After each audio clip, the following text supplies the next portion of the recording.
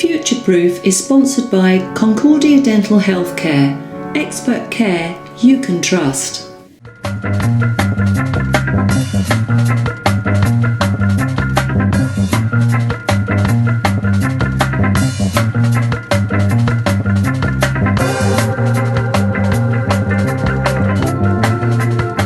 Hello and welcome back. You're watching Future-Proof. Thank you for joining me, Sarah Hopwood, as I continue these business programs. And today I'm looking at the power of empathy. It's a very, very key part of emotional intelligence, to be able to empathise with somebody, to be able to understand what it's like from their perspective, to be able to feel their pain, to create proper sympathy and understanding. And but always be aware that there can be negative sides to empathy as well as positives. And one of the ones that I've spoken about in the past is false empathy.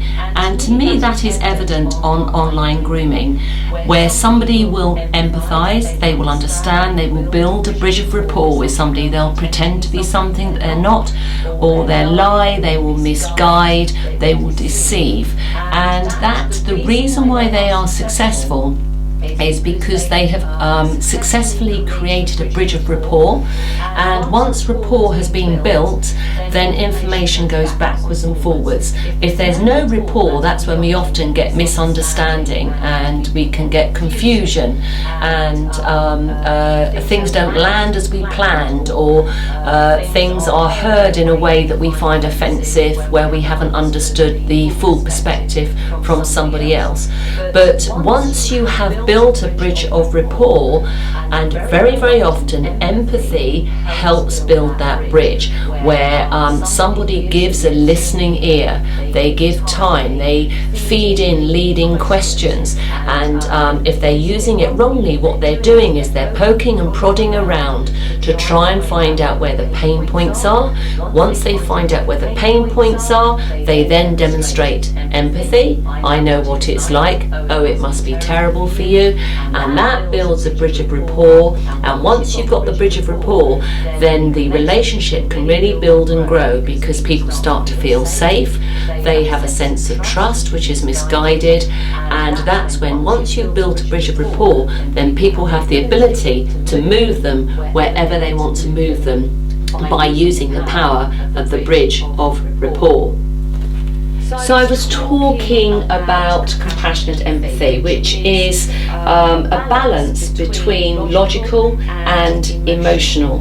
And what comes to mind is, I think, actually building the family up when the kids were a lot younger, or looking at building a new business where everybody's on their best behaviour, where people are in a trusted and a very kind of proactive, positive environment.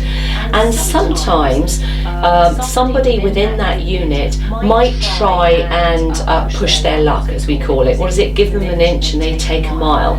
And sometimes they use the power of empathy to do it. And there's a great tool of discernment, of suspension, for people, for all of us, to double check when we get empathy and understanding, which often can be well placed to begin with. We've got to be careful that's not then a green light to then run with it and try and, dare I use the phrase, milk it a little bit more. And in the family, we actually had the saying about monkeys. And if you know the research, it's not our research at all, but it's about whose monkey is it. And sometimes people try and manipulate other people to get them to do things that actually really belong to them.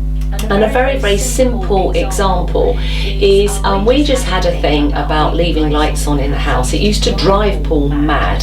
And or towels on the floor rather than hang them up, or lying on a bed rather than hanging them over a door. In other words, don't leave them on anything that will soak out the moisture from the towel.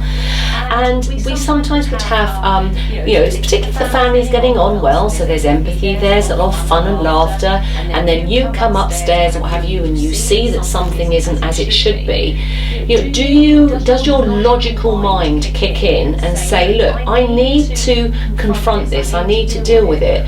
Or are you in such a great state of empathy and compassion and understanding and a loving environment with each other that you don't actually want to upset the status quo? And I think we're reasonably good at actually having a balance between that emotional connection and the logical. And for us, we use the term monkey, and we would just call whoever it was up, who was last in the bathroom, left the light on or towel on the bed, and very, very often they would shout out and go, oh, sorry, but as you're up there, can you do it for me, please? And the answer was always no. You do it, it is your monkey. And the reason why we did it was we knew that we were setting ourselves up for a bad habit. If one time you say, yes, okay, I'll do that for you, what's going to happen the next time that towel's left on the bed or the light is left on? It's going to create what we call a bad habit that then brings out negative results, which we either ingest and hold on to ourselves, and that's when resentment and bad things can come out, or indeed we end up slowly boiling. So eventually when we do let off steam, it's inappropriate behaviour. So if you actually nip some of these not false empathies, but when, I think it's just when people run with stuff and try and push a little too far, nip it in the bud, as it fail fast, and that will then sort out the problem, maintain your logical mind. It doesn't have to destroy the emotional connections. You can keep those. In fact, those emotional connections should be kept. It shows very immature thinking if, because I challenged you here, you have now broken off the emotional connection here. And I think then that needs to be trained into in an office for people to understand, cut the emotion. This is a logical decision. We can still maintain emotional connection, empathy and understanding, and it is for the good of the business, good of the greater cause, that we have set up this rule. We are holding you accountable. This is your monkey, it's not my monkey. I think Stephen Covey calls it completed work. And the other thing is, don't touch it. In other words, don't touch the towel and then hang it and say, could you come and hang it up? You leave it where it is. So do research Covey and completed work. I'll probably touch on him another time. But don't touch anything. It is not your monkey, it is someone else's, so you don't engage with it. So it stays on the table, it stays where it is, and the person accountable then comes up and sorts it out. There are also a couple of other types of empathy which have been spoken about, and please know Daniel Goleman, and there are many others that have written about emotional intelligence. Susan David is very good, and on one occasion I will show you some of the books that have inspired me in my learning. So I'm just sharing what others have taught, and do ask me, I can put a reading list together or something so that you can join that journey that I am on myself. So there's two other aspects of empathy which in some ways are relatively new to me by name but not new to me by understanding. So the first one is somatic.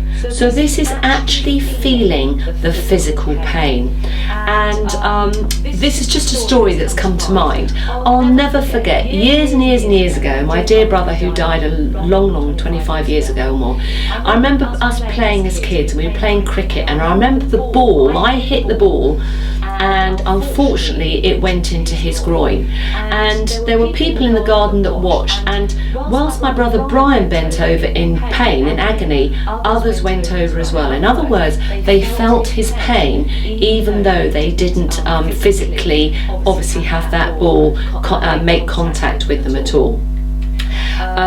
So identical twins can also sometimes feel each other's pains, and you can talk about sympathetic reactions to things. And then the last one is spiritual.